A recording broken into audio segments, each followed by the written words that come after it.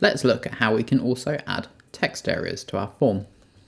If we hop over to the content block, we can see here we've got an input field. This is perfect if we wish to ask for a bit of information as a single line answer, for example, like their email address.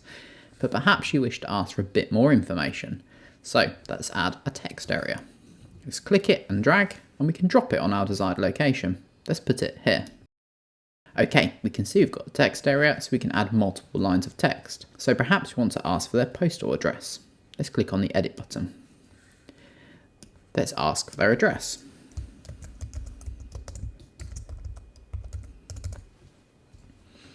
You can choose the map to field. So this is the field inside your mailing list that will be added to when they complete this form. Let's choose ref. Okay, you can see here rows is currently set to 2. This is the amount of rows in the text area. If we bump this up, you can see this is increasing the height of our text area. This is perfect if you wish for a larger text box to ask for more information. Also, we have a force field. So by default, this is select no. This means that they can complete this form and hit subscribe without completing this field. If you select yes, this will make it a compulsory field.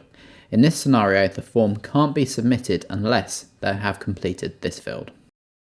When you're done editing, click Save and Close.